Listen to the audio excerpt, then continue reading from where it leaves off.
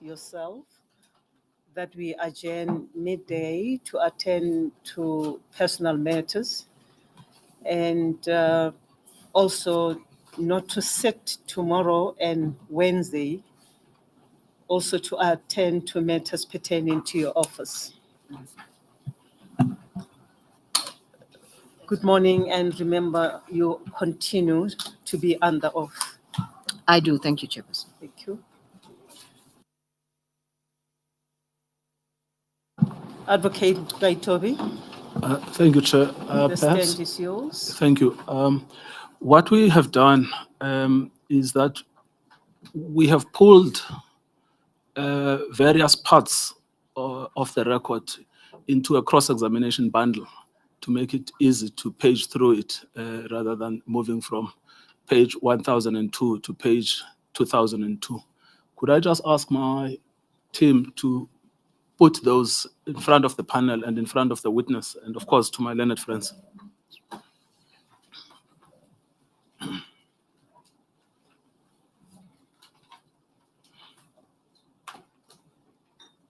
Thank you, Counsel. You may. Thank you.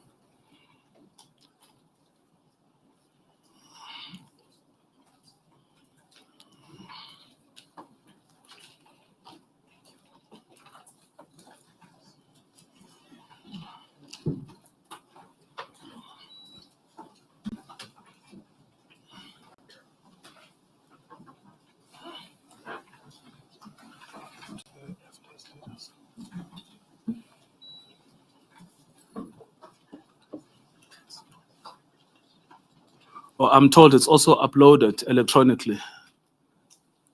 So for those where they don't have individual hard copies, it's accessible. If the panel has file 1 and file 2 of the cross-examination bundle.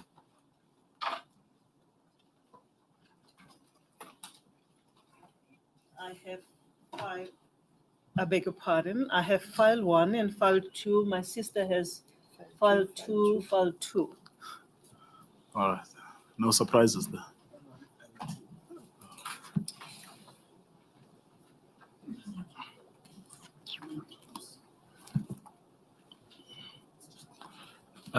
Thank you, Chair. I may commence then. Thank you. Thank you. Advocate Batohi, I understand that you started as the NDPP on the 1st of February 2019. Is that correct? That is so. And in your evidence, you stated that one of the cases that you inherited was an application for the judicial review brought by Major General Boyson against the racketeering certificate which had been issued by Advocate Sean Abrahams. Is that correct? That is correct. Yes.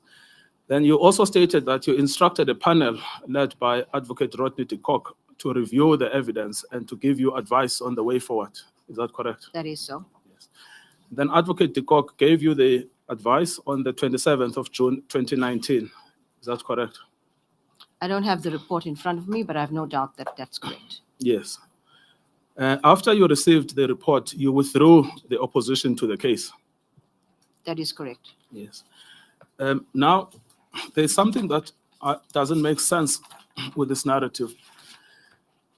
I presume that the NPA had senior counsel on brief to defend the application. Is that correct? I beg your pardon, Counsel. You take it slowly. Thank you. Take it slowly. The withdrawal of the matter following Advocate de Kock's report pertains to the Katomena matter. Yes. Yes. Thank you. Now, Advocate Bahato, there's something that I need to get clarification because it doesn't appear to make sense to me. I assume that the NPA had briefed senior counsel to defend the application by Major General Boyson. Is that not correct? My recollection is that is the case. Yes. Now, did you take advice from the senior counsel on the prospects of success in defending the application?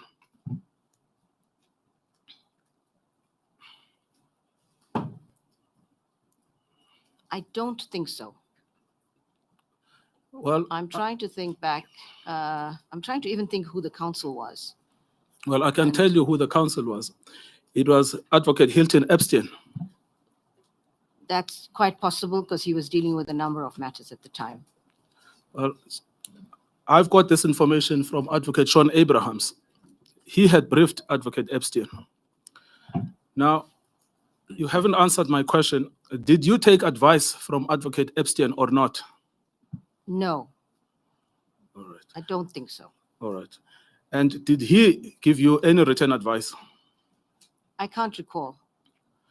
Advocate Batohi, it can be no, and you can't recall at the same time. Well, I can't recall whether he did. And it's difficult trying to cast your memory back a number of years. I know he was dealing with a number of matters, and this is, as you say, one of them. I honestly can't recall whether he did give any advice. The problem I have is that you've disclosed many legal opinions, and you have not mentioned Advocate Hilton Epstein at all in your evidence in chief or in your statement. So I'm wondering, why have you suppressed that information? I haven't suppressed anything. I honestly can't remember whether he gave us any opinion on this. But nevertheless, it seems to me that a responsible NDPP would have asked the senior counsel on brief for an advice on the prospects of defending the application. In my view, I had the opinion of a very senior, experienced team from the NPA, and I accepted their advice. I'm talking about before you obtained the opinion of Advocate de Kock. Advocate de Kock gave you an opinion only on the 27th of June, but you had been seized with the matter as soon as February 2019. I'm asking you, you've said initially you did not obtain advice. Later you said you don't recall if you obtained advice, but I'm asking you, it seems the most prudent thing would have been to ask the advocate you have briefed for advice. Why did you not do that? In my view, the most experienced persons to give me advice on this racketeering issue would be persons in the NPA who are experienced with racketeering. And that is why I decided the most appropriate and reasonable way would be to get not just one person, but a panel of 4 people, very experienced in these issues, to give me a view on this. Yes.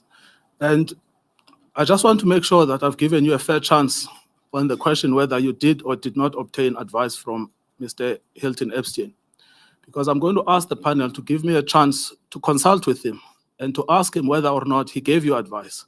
And you've given so far 2 inconsistent answers. One, I don't remember. Other, no, he did not give me advice. Do you want to consider your position? No, I really am trying to think about what happened at the time.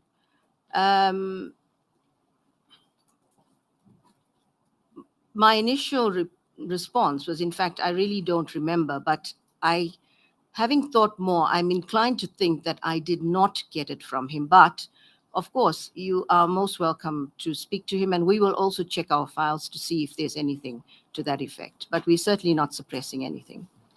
Now, my instructions are that, in fact, there was a meeting with Mr. Epstein on the 6th of March, 2019, called by you at your office, which included the state attorney, Mr. Sabele Metza. Do you remember that? I did have meetings with Mr. Epstein. You did have meetings with him? It may have, in fact, been more than one, because he had been dealing with a number of matters in the NPA. And so I just wanted an update on what was going on. Yes, I'm asking you about one meeting, which is the 6th of March, 2019. Not asking you about other meetings. All I'm saying is that I did meet with him, and that is possibly also a date on which I met with him. Now, that meeting, I understand, was also attended by Counsel for Major General Boysen, Advocate Anton Katz. Oh.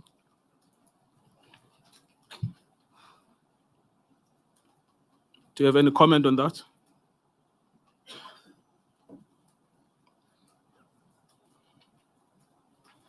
Unless my memory is failing me, I can't recall having a meeting with Katz and Epstein But I'm not saying that it didn't happen, but I really, at this point, I can't remember that. Well, it would have been a big story on your diary that you have called the advocate who represents the person who is suing the NPA into the same meeting with the advocate who's defending the NPA. I'm not understanding why you cannot remember such a big event. Well, it may be a big event in your calendar, Advocate, but for me, I meet with lots of counsel, and I cannot recall whether they were both in the same meeting. So your answer is, I don't remember. That is correct. I do not remember. Just like you don't remember if you got an opinion from him or not. That is correct. Yes. Now, I am also told that it was at that meeting that you instructed the state attorney to withdraw the opposition to the Major General Boyson application. What date was that? 6th of March, 2019. I presume you also can't remember. I can't. Yes. I beg your pardon. I beg your pardon. The answer, if I understand it, is that you don't remember the meeting No, whether where Advocate Katz was present, or what is it that you don't remember? the last question was whether I gave an instruction to withdraw the opposition to the review application on that date. And I cannot recall that.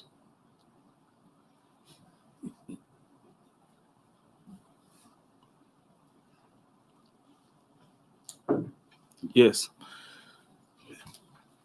Can I ask you then, Advocate Batohi, because legal opinions are privileged information, can I ask Advocate Epstein to give me from his records the advice, if any, that he gave you?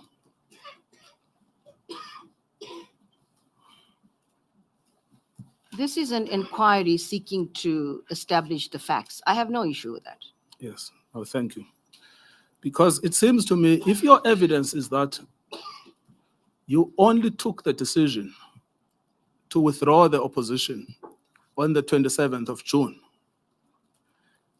after the 27th of June, that would be fundamentally inconsistent with the facts as they happened, which, as I understand, already that decision was taken by the 6th of March, 2019. Would you accept that?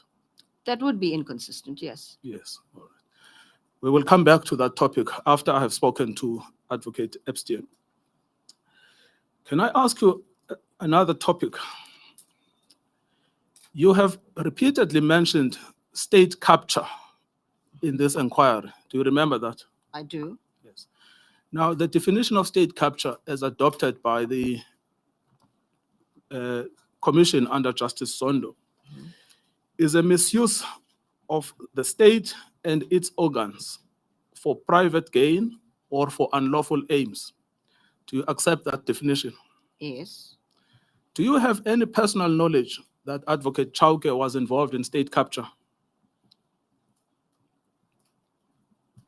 I don't have any personal knowledge. Yes, all right. So then it was grossly irresponsible of you to mention state capture in the context of Advocate Chauke when you have no personal knowledge of his involvement in state capture.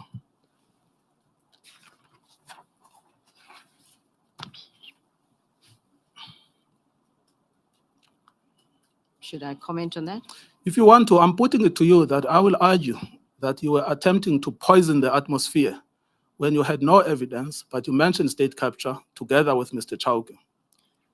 The reason why I did is that I was asked about why I took certain actions when I did. And I explained that because that was in fact the NPA and capture of the criminal justice system was something that the Zondo Commission was inquiring into.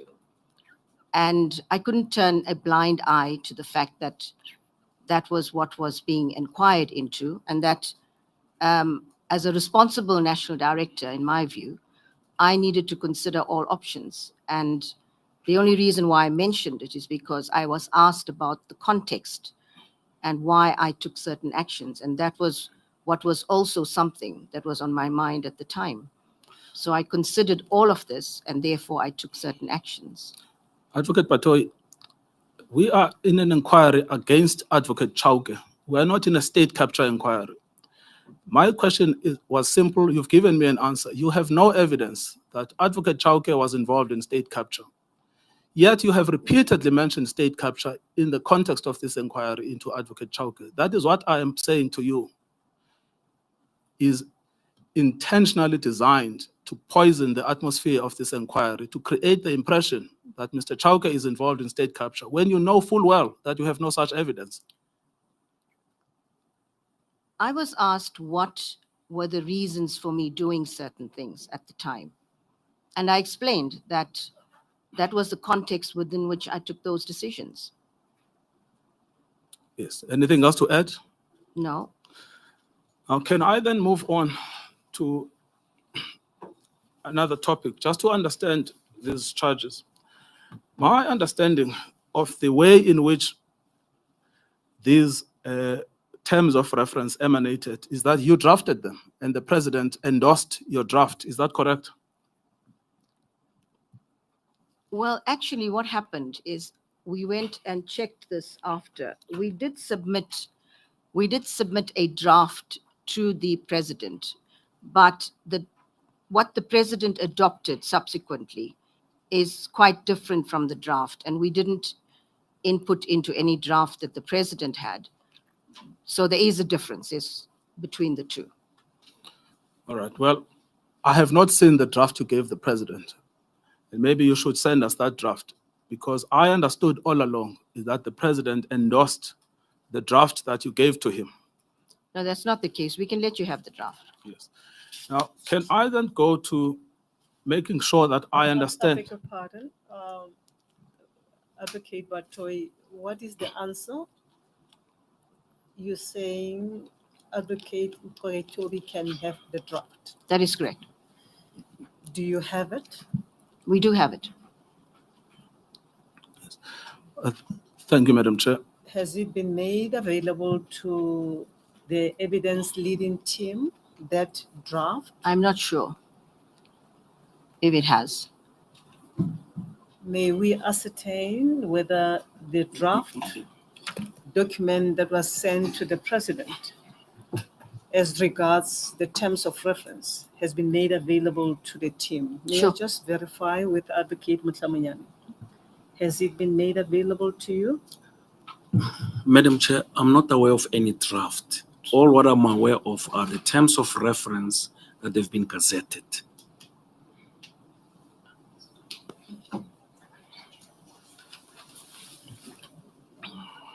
Might we find out from your team, Advocate Halley and Junior and the lady next to you, if you probably have the document in your possession?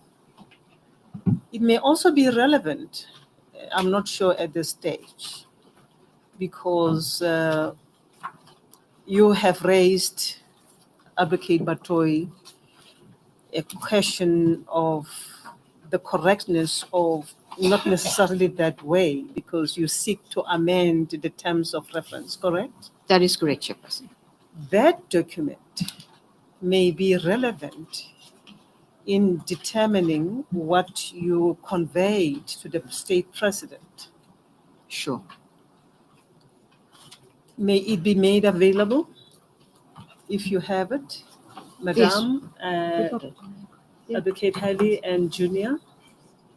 Madam Chair, we no doubt will make it available, but my instructions are, and I've got to verify this, but my instructions are that it already is there, but I stand corrected. I would have to verify it myself. Do you have it though? Do you have the document? Not at this speed right Not now. at this stage. Yes. Are you making an undertaking, Advocate Batohi, that your office will make available the initial letter or document, whatever it is, or a memo to the state president?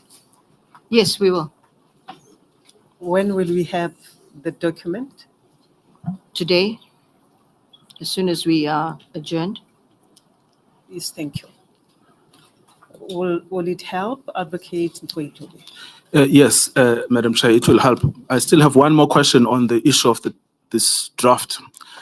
Advocate Batohi, I want to confirm whether it is your testimony that the draft you gave to the President is different to the terms that the President finally signed. That is correct. Yes. And you cannot at this stage tell us what the differences are. I can't. Yes. All right. Can we then go to the terms of reference that the President endorsed? Because I am not understanding them. They have been referred to in several parts of the case. Hopefully the panel can access the terms of reference easily.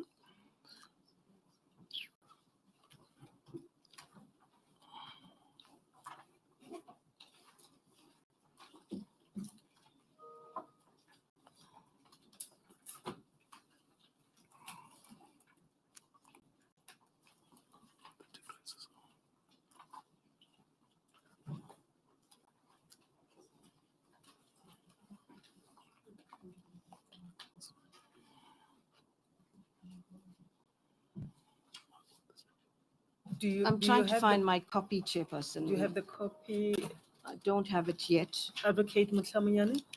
Do you probably have a copy that we can give to Advocate Batohi?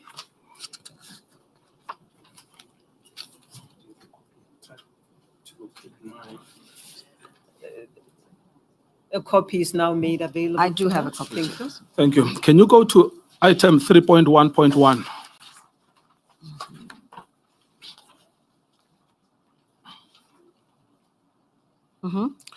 It reads, the institution of the racketeering charges in terms of Section 2, subsection 4 of the Prevention of Organized Crime Act 1998 against Major General Boysen and members of the Ngcukaitobi unit, and the defense of those actions in subsequent review proceedings brought by Major General Boysen to have the racketeering certificates set aside in that. Now, there are a couple of points that arise from that. The first one, is that charge limited to racketeering or does it include the predicate offenses? Racketeering, by its very nature, includes predicate offenses. Yes, but you know what I'm asking you. I'm asking if the murder charge standing alone is included or excluded.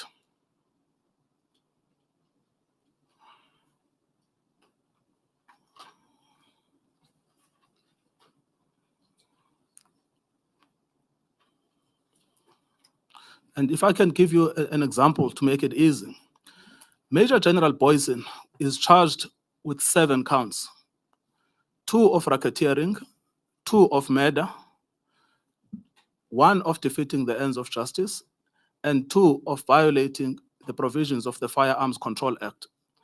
My question is a simple one. Does that charge exclude the 2 murder charges, the 1 charge of defeating the ends of justice, and the 2 charges of violating the Firearms Control Act?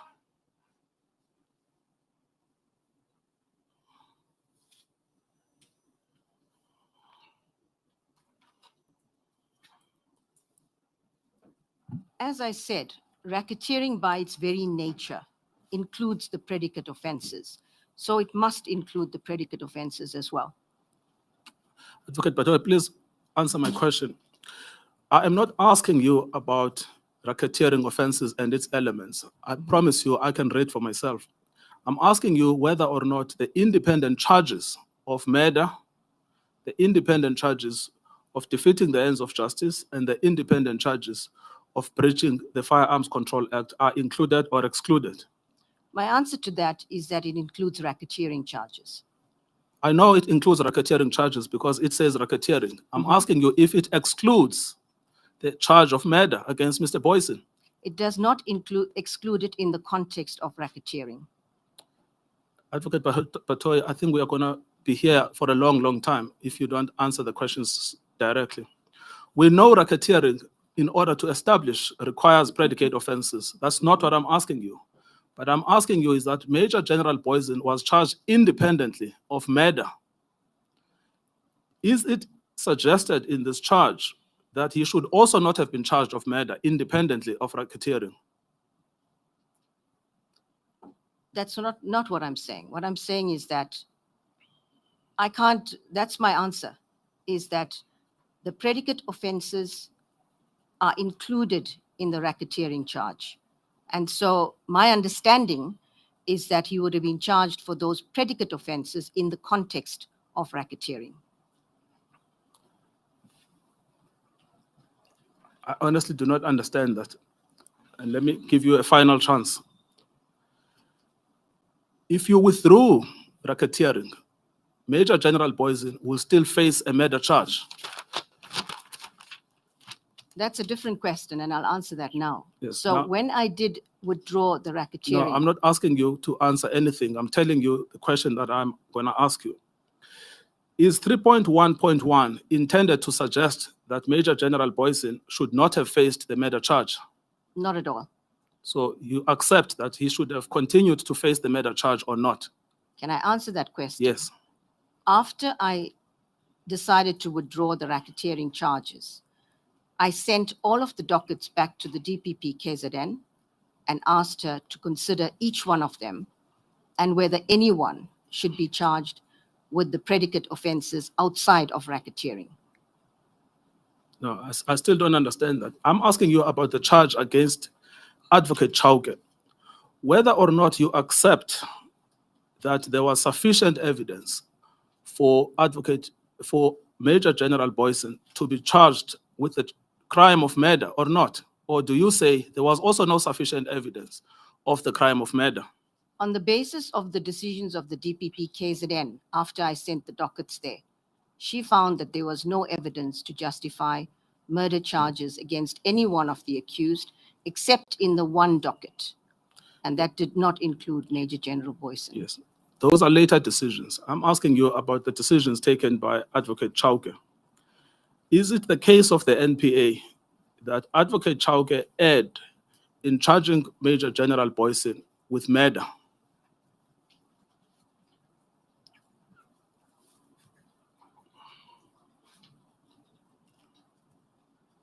My understanding is that Major General Boysen was charged with racketeering and that those were the predicate offenses. Yes. And that is where we say Advocate Chauke erred in supporting racketeering charges. Yes. I beg your pardon, Advocate Ngcukaitobi. Is this question premised on the assumption that Advocate Chauke made a prosecutorial decision to charge? Yes, I'm working now on the best case for the NPA. That's why I'm asking the Yes, question, no, because all along, when we read the opening address, it seems to me that there was an issue regarding whether he made a prosecutorial decision Yes. in relation to the Katomena matter. My understanding of the evidence favorable to you was that Advocate Chauke was appointed merely as a coordinator in relation to the KZN Katomena matters. Yes. That's why I'm asking the question as to whether you premise this question on the assumption, at least for now, Yes. that he did Yes. make this particular Yes. prosecutorial decision Yes. as regards the charge of murder against Major General Boysen. Indeed. I'm working now, Madam Chair, on the best case for the NPA, that Mr. Chauke has taken all of the decisions they claim. I'm trying to understand the substance of the complaint, but I will still deal with whether he did make those decisions or not. So I'm still trying to analyze the charge. Let's come back then, Advocate Batohi, to understand what 3.1.1 is about. You have said that your understanding is that murder featured only because it was a predicate offense, not because it was an independent offense. Is that correct? It was a predicate offense to racketeering, that's correct. Yes. And therefore, it is irrelevant to section 2, subsection 4 as an independent offense. It is only relevant as a predicate offense. That is correct. Yes. All right. Now, the reason I'm asking you this is because even on your own version, you've accepted that at least in relation to one of the charges, there was sufficient evidence to prosecute. Is that correct? No, I'm not understanding you. Well, you've told us that you gave all of the dockets to the DPP of KZN. She enrolled one case against Mr. Padiache on a count of murder. So she must have considered that there was sufficient evidence to charge Mr. Padiache with murder. Yes, I didn't realize you were referring to that docket. That's correct. Yes. So that's why I come back to say, in at least one of the cases, there was sufficient evidence to proceed with a murder charge. That's correct. Yes. Now, that distinction is not made clear at all in 3.1.1. If you read 3.1.1, it suggests that in none of those cases, there should have been a charge.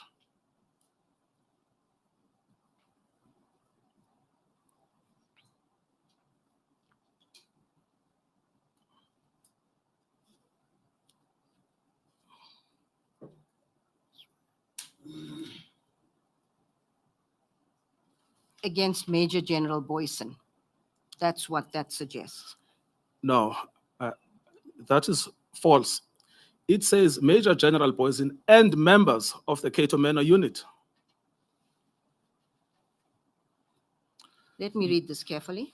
Mr. Padayache was a member of the Cato Manor unit.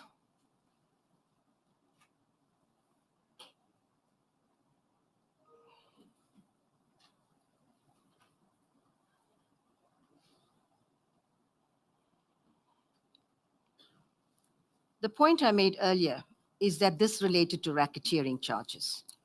And therefore, it's clear here that this section is relating to racketeering charges and murder as a predicate offense and not as separate independent charges. And so it's correct in that regard that it is racketeering. It doesn't refer to murder at all. Yes, I thought we had moved from that question and we were debating the independent charges. And I asked you a question, whether you would accept that in at least one of the dockets, the case against Mr. Padiache, there was sufficient evidence to charge. And I understood your answer to be yes. That was my answer. Yes. And when I proceeded with that, you said, well, exclude Major General Boyson. And then I pointed to you that actually exclude all members of the Cato Manor unit. The point I make is that whether it's Major General Boyson or all members, this particular paragraph refers to racketeering charges and not independent murder charges. Yes. Now, could I then ask you to turn over the page? 3.1.1.1 refers to supporting a decision to prosecute the accused. Who is the accused?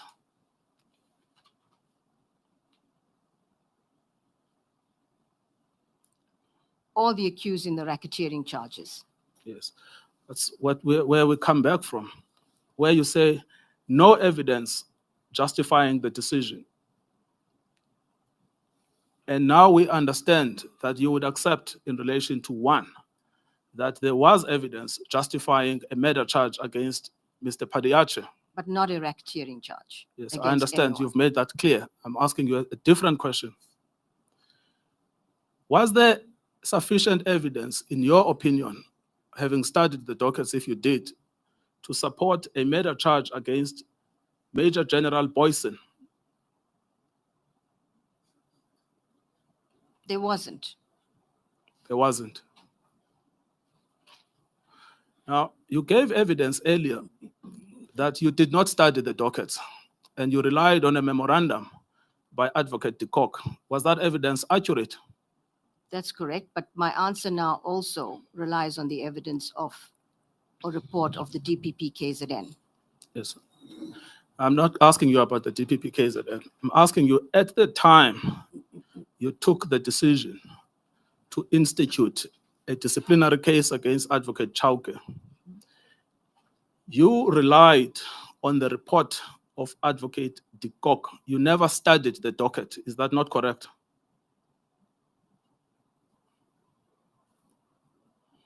That's correct. I didn't, let me just check the time that I decided. No, that's correct. I didn't Yes. study the dockets, the 23 dockets. Yes, I'm asking just the docket around Major General Boysen. 2 murder charges, 1 charge of defeating the ends of justice, 2 charges of violating the Firearms Control Act. Can I tell you, Advocate Chauke read the docket. Did you know that? I would have expected him to. Yes.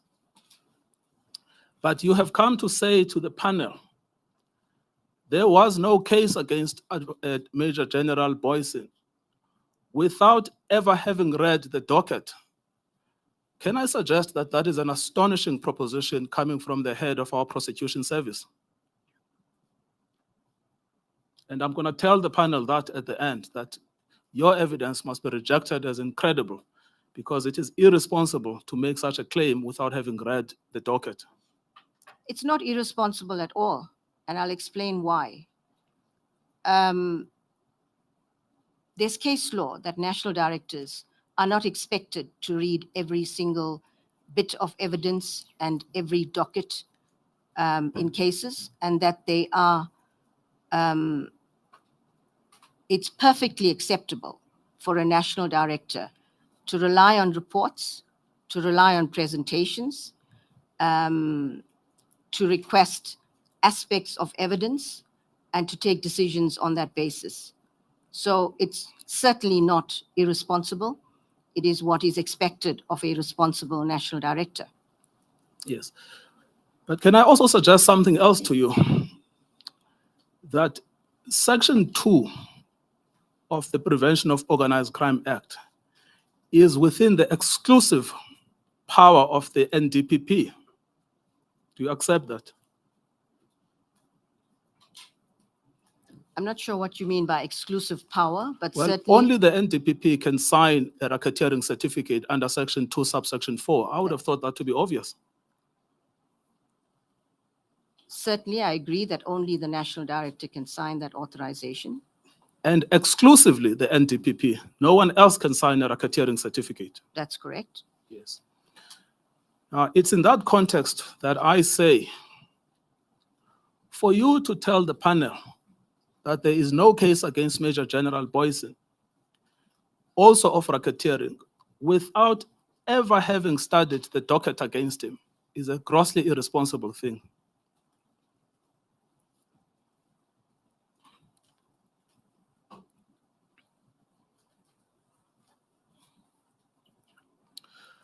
I repeat what I said.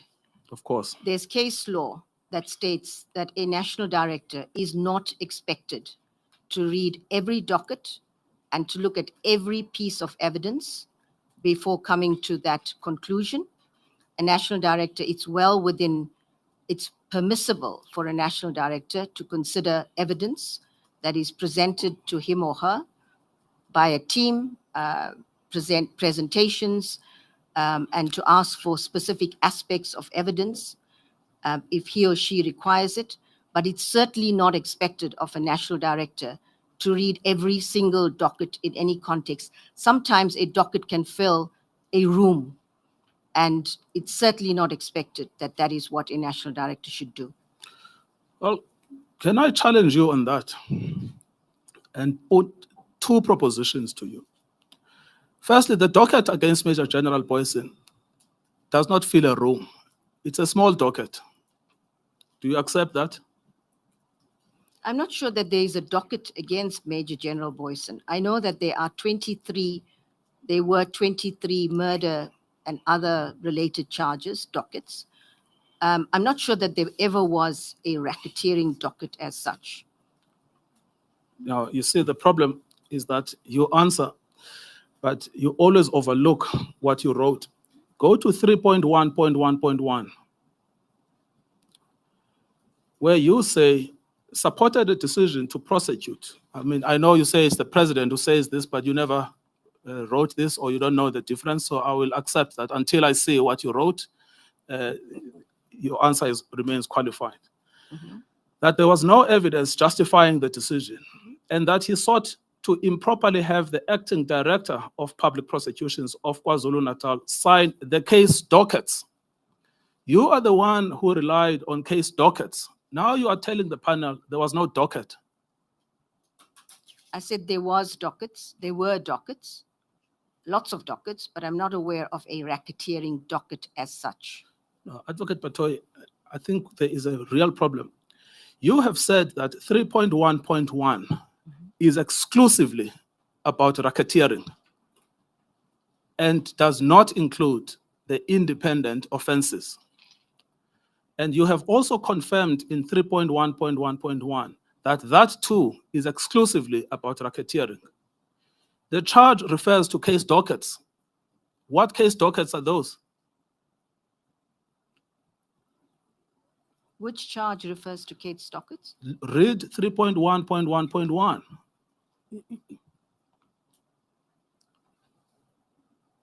Yes, it does appear there. It was put there by you. I'm not sure about that. We'll have to check that. Yes. But then answer my question, please. The docket that is referenced, we have gone through this exercise ourselves. It is only 7 charges against Major General Boyce.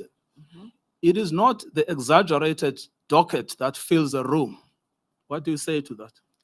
The only point I made about dockets that fill a room is to make the point that it is not expected of a national director to read every bit of evidence when a decision is made. That's the only reason why I mentioned that.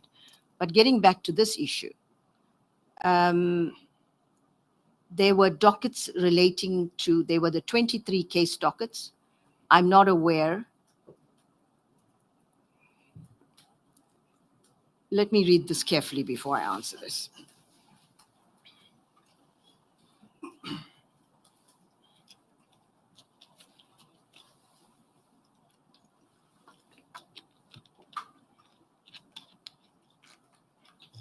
This is clearly incorrect because to say that he sought to improperly have the acting director of public prosecutions of KwaZulu-Natal sign the case dockets. It's not our case that Advocate Chauke asked the DPP to sign any case dockets. So this is clearly incorrect. And so the charge is incorrect. If I may be allowed to complete. Yeah, all right, sorry, I thought you had finished. Please continue. It's okay. And or the prosecution memo. He sought to improperly have the acting sign the case dockets and or sign the prosecuting memo. If you read it like that, it's incorrect. That is not what we're saying. So charge 3.1.1.1 is a wrong charge. It's incorrect. Well, incorrect and being wrong are the same thing. Well, part of it is correct, is that Advocate Chauke supported a decision to prosecute the accused, notwithstanding that there was no decision, justifying no evidence, justifying the decision.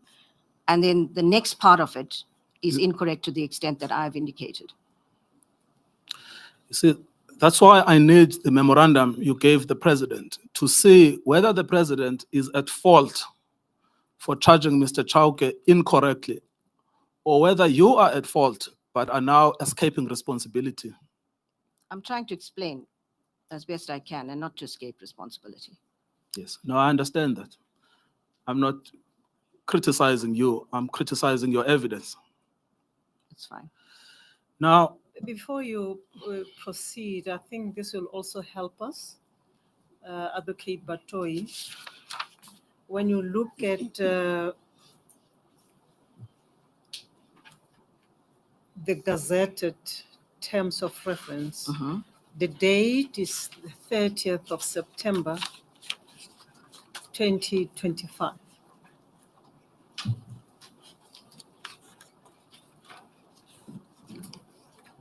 I don't have that gazetted copy in front of me. The front page Oh, of there you the go. Gazette. I have it now. Yes, that's Regulation correct. Gazette number 11889, volume 723, 30 September 2025, number 53444. You That's have correct. that. When did you see for the first time the gazetted terms of reference?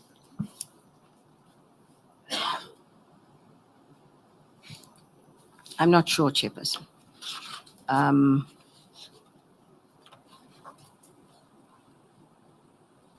I can't recall when I saw it for the first time. Should I assume that by 1 October 2025, you had already looked at the terms of reference? No, we can't assume that, Chairperson. Should I assume that by the 17th of October, when this inquiry started, I beg your pardon, by 17th of November, when this inquiry started, you had already looked at the gazetted terms of reference?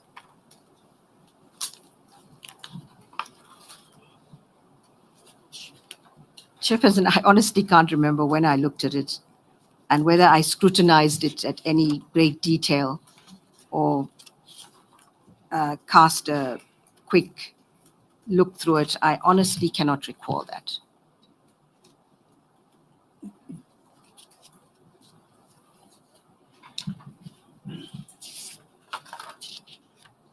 When you took oath,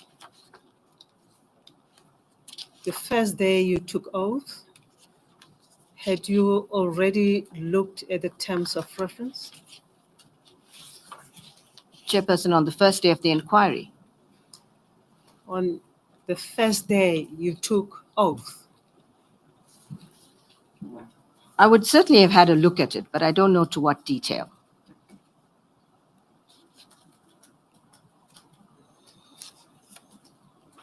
you may proceed, sir. Just one thing. Advocate Batohi, when the bundles or documentation was prepared for this inquiry, it was prepared with a view to addressing issues raised in the terms of reference. Is that correct? I'm not aware that it was prepared for that specific purpose. Did you care to establish as to whether the documentation was prepared for that purpose? No, I didn't.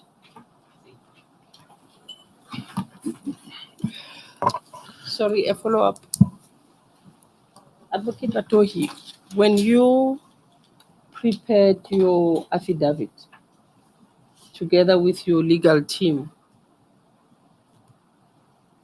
you knew that you were preparing an affidavit to come and testify in relation to the terms of reference in this inquiry.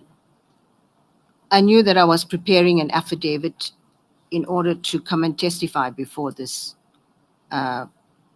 hearing. Testify in this inquiry in terms of the terms of reference, wherein you referred a matter to the president, who then constituted an inquiry and issued the terms of reference to deal with whatever you referred to the president. Yes, the terms of reference were for the panel, and of course, evidence was going to be provided to support what's in the terms of reference by various witnesses.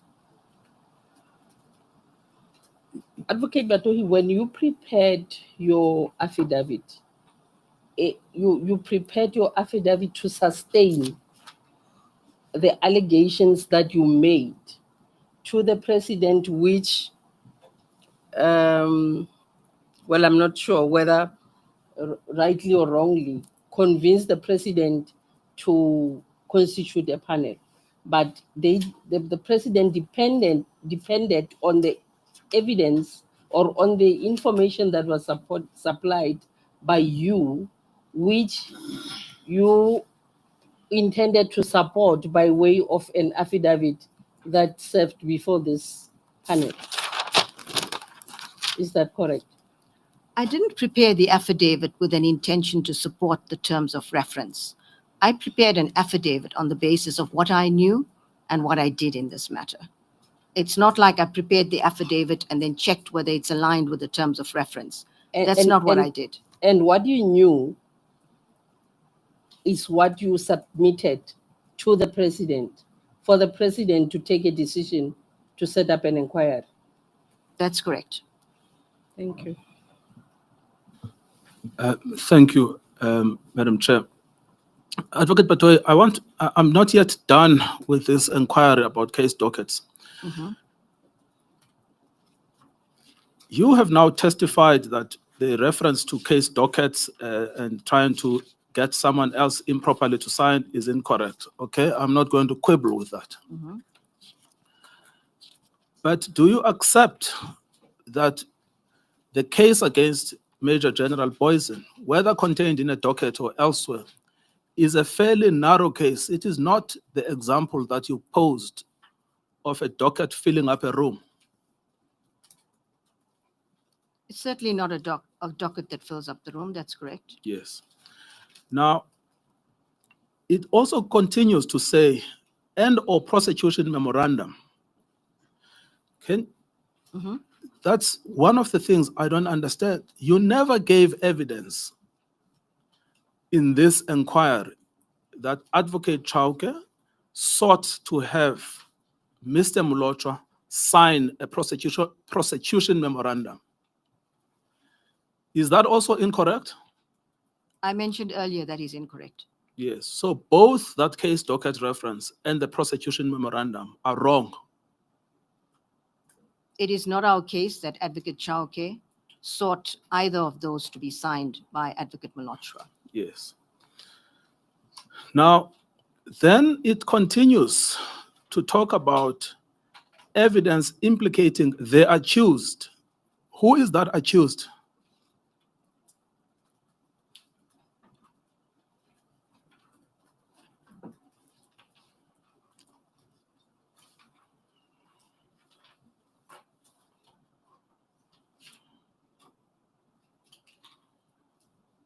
I would imagine it's all the accused. All of those accused with what? Because there are people like Mr. Mostert, 11 counts of murder. Does it include them or not? For racketeering charges. So all of the accused on racketeering. That's correct. Yes. Now, the way then it would read is that the case docket would be a case docket for racketeering. The prosecution memorandum would be a prosecution memorandum for racketeering. But because the charge is wrong, we can strike that out. We can put a red pen across that. Can you repeat that? I'm saying the way it would read before your evidence today, the way it would read would be it's the case docket for racketeering. And then it's the prosecution memorandum for racketeering. But because you have now considered that that is a wrong charge,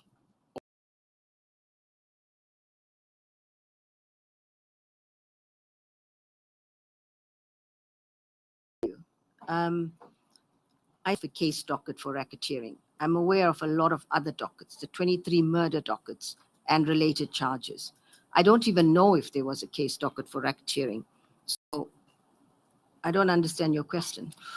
well, my question is exactly linked to what you have just said, that you've charged someone for trying to get a signature on a case docket that you say doesn't exist. You've also charged someone for trying to get a prosecution memorandum to be signed, which you admit was never done. I have not charged anyone for that. All right. I did see. indicate that that is definitely not the case, and that is definitely an error on that, because there's no evidence at all that Advocate Chauke was required to do any of these either sign a case docket or sign a prosecution memo. The evidence is that he sought Advocate Mlotshwa to sign the indictments.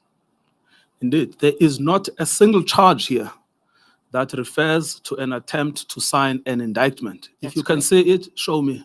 That's correct, there isn't. Yes. And it's not meant to be, because Yes. there's no evidence to that effect. No, I thought you said the case against Advocate Chauke is that he sought to have Advocate Mlotshwa sign an indictment. That's correct. I am saying to you, there is not a single charge here that refers to Advocate Chauke attempting to get Advocate Mlotshwa to sign an indictment. That's correct. I'm not aware of the other, if it's anywhere else on this, but But certainly you not can go in through this. them now. There is enough time. And then show me where it is alleged that Advocate Chauke sought to have Advocate Mlotshwa sign an indictment.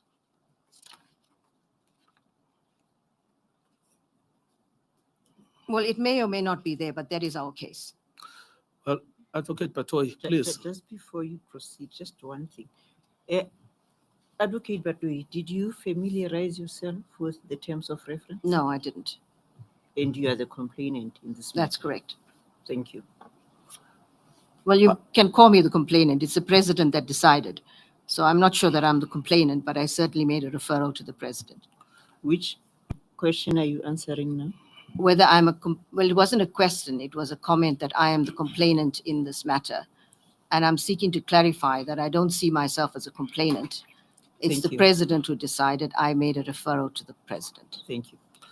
All right. I'm going to come back to this question by Madam Panel Member Ramakhaga, but I still want an answer to my question, which is, show me where it is alleged that Advocate Chauke sought to have Advocate Mlotshwa sign an indictment.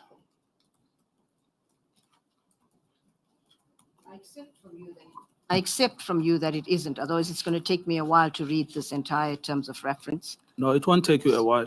There are only 5 paragraphs. So you can do that now and tell us which paragraph refers to Advocate Chauke trying to get Advocate Mlotshwa sign an indictment. May I, Advocate Ngcukaitobi? It's 10:15. And perhaps in fairness to you, Madam, as we take a 15 minutes tea break, you will go through the terms of reference to enable you to answer the question that Advocate Ngcukaitobi has just asked you in relation to whether there is any referral in the terms of reference, if I capture his question correctly, that appears in the terms of reference in the entirety. And when we reconvene, you will then answer the question. Advocate Ngcukaitobi? Perhaps, Madam Chair, we can also get the draft, because I want to put her draft and the president's decision side by side. If we can get that during this 15 minutes, that would be appreciated. Yes, I was going to deal with that. You had just mentioned that the first letter to the president, the referral letter, if I may call it that, is readily available.